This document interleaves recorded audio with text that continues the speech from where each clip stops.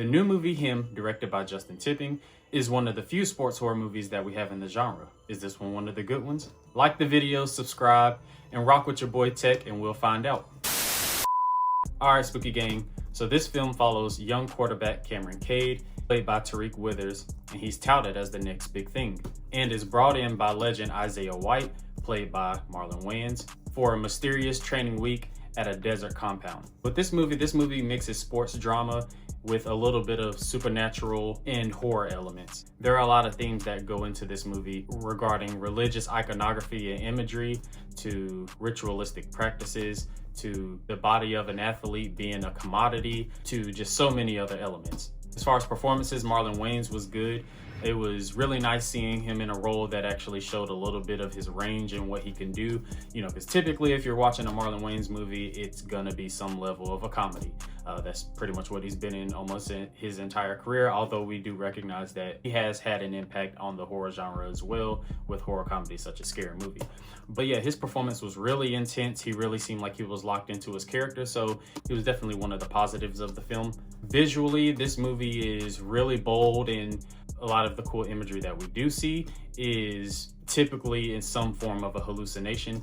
So it's really hallucinatory, and although it does look really good and there's some really good shots and lighting, some of the imagery doesn't really have that huge of an impact just because of the fact that it was a hallucination. So you don't really know if what you're seeing is actually accurate or not, and that's not the point of this movie whatsoever. You know, it's different when you have a movie like Smile and Smile 2, where, you know, the whole point of that movie is how trauma sticks with you, and the whole trauma demon is living rent-free in your head and can make you see and feel anything it wants to just because it has that much control and grasp over your life. So like seeing some of these things that are hallucinations doesn't really add a whole lot to it, in my opinion. It just sort of makes the movie just that much more confusing. Yeah, essentially Cam Cade is coming there to spend time with Isaiah White, played by Marlon Wayans, and learn from him, learn how he goes about his day and how he structures things and all this good stuff. And then he, you know, throughout the movie starts to figure out that, oh wait, there's a lot more that goes into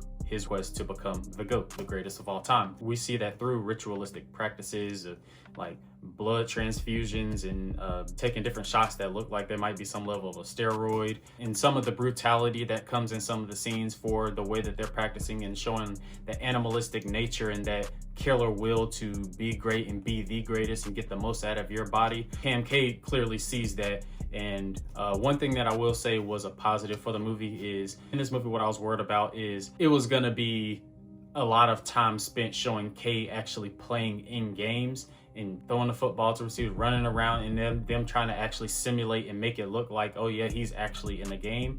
And the thing that was gonna worry me about that is the fact that more times than not, they were probably gonna have bad actors and like make it look like that CW football show that everybody loved a few years ago.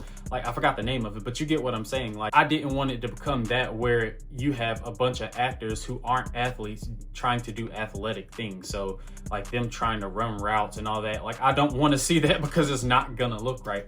And so they kept this movie a little more grounded in terms of the whole movie is pretty much at his compound. And so a lot of the times the main thing that you see is, you know, because he's a quarterback, he's doing throwing drills. So he's throwing the ball to receivers, he's throwing it in the net, he's, you know, whatever it may be. And whenever you do see him throw it to a receiver, it's a last cut shot of them just catching it, but you don't really actually see them trying to go out and run some type of elaborate route or anything like that and just look goofy. So that was one positive thing that they did. But yeah, back to some of the themes of the movie, talking about how, you know, ambition and obsession and desire can pretty much consume your entire identity. The athlete or the protagonist or whoever it is willing to lose their mind, body, and soul just to be the best that they can be and be considered the greatest of all time. And then as far as the commodity of athletes, talking about how, yeah, with their bodily injuries, and like this dude had a concussion in this movie and everything, and it's just showing how no matter what your injury is or no matter what you're going through, you're still expected to perform, and you cannot let your people down, you can't let the fans down, you got to be able to ball out and be 100% no matter what you're going through. Even in this movie, you really see a struggle of the power dynamic between Marlon Wayans' character Isaiah White and Cam Cade, because obviously Cam Cade is this upcoming, young quarterback who's ready to make it to the league. Isaiah White is this old guy who's won 8 championships, so they had to make sure that they put him above Tom Brady. So he is truly the GOAT in their eyes. So 8 championships. He's, you know, he broke his leg like really gruesomely earlier in his career, and he still recovered. So you have all these things going into play, because a lot of times when you have an older legend, sometimes they're branded as this teacher, but sometimes they're also branded as this gatekeeper. So not trying to provide different resources and trying to help somebody become the best that they can be. Sometimes they gatekeep some of these secrets and elements that really make the ultimate difference in terms of what quality of a player you're going to be in your career. So you definitely see that power dynamic, which was really good. But I'll just say overall, because of some of the imagery and because of the hallucinations and some of this other stuff, like the last 45 minutes of the movie really started to tail off.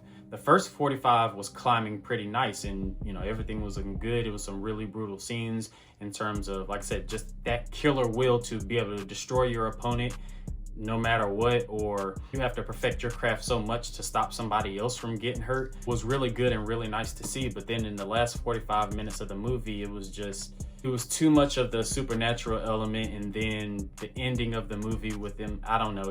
Once again, it started to become way too much style over substance. Like, we were definitely really starting to lose the plot. One thing that the movie really focuses on and hones in on is how people glorify athletes. They look up to them as if they are some type of Lord and Savior, and the Saviors being the name of the team. Like, that's what I'm saying. There was so much going on regarding religion and rituals, whatever it takes to maintain your status and be the icon that everybody is looking up to. And then, like, even there was like this shot that looked like the Last Supper. So I mean, you get what I'm saying. It's how we kind of look at athletes as gods, especially the person who will be considered the GOAT in the situation. But yeah, so that's what the movie was trying to play for. So yeah, overall, honestly, the movie was solid. It wasn't anything great or anything like that. It was just a somewhat enjoyable sports horror movie. I mean, like I said, we barely have any of those, so it was just, you know, it was just a decent watch. So coming in, technically, I would give this movie about a 2.5 out of 5.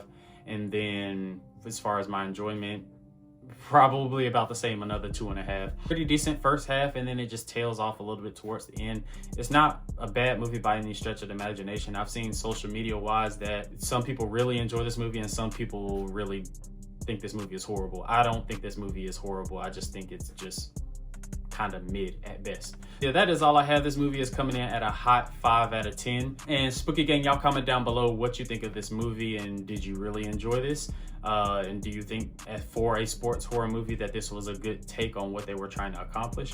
Yeah, y'all comment that down below. Spooky Gang, y'all already know how we rockin'. It is the week of Halloween, so everybody should be indulging in all of the festivities and just really enjoying yourself. Even if you're too busy, just make sure bare minimum you get you a couple movies in, get you some Halloween candy, you know, whatever. Just set the vibe, you know what I'm saying? But yeah, Spooky Gang, y'all be on the lookout for some more content. I'm gonna be dropping a review of another more recent horror movie, which is The Long Walk. That was a pretty good watch, so I can't wait to dive into that one too. So y'all stay on the lookout for that. But yeah, Spooky Gang, y'all already know how we do, so we're gonna keep rocking, we're gonna keep grinding until we hit that 10K subs. But until next time, y'all stay blessed and y'all stay spooky.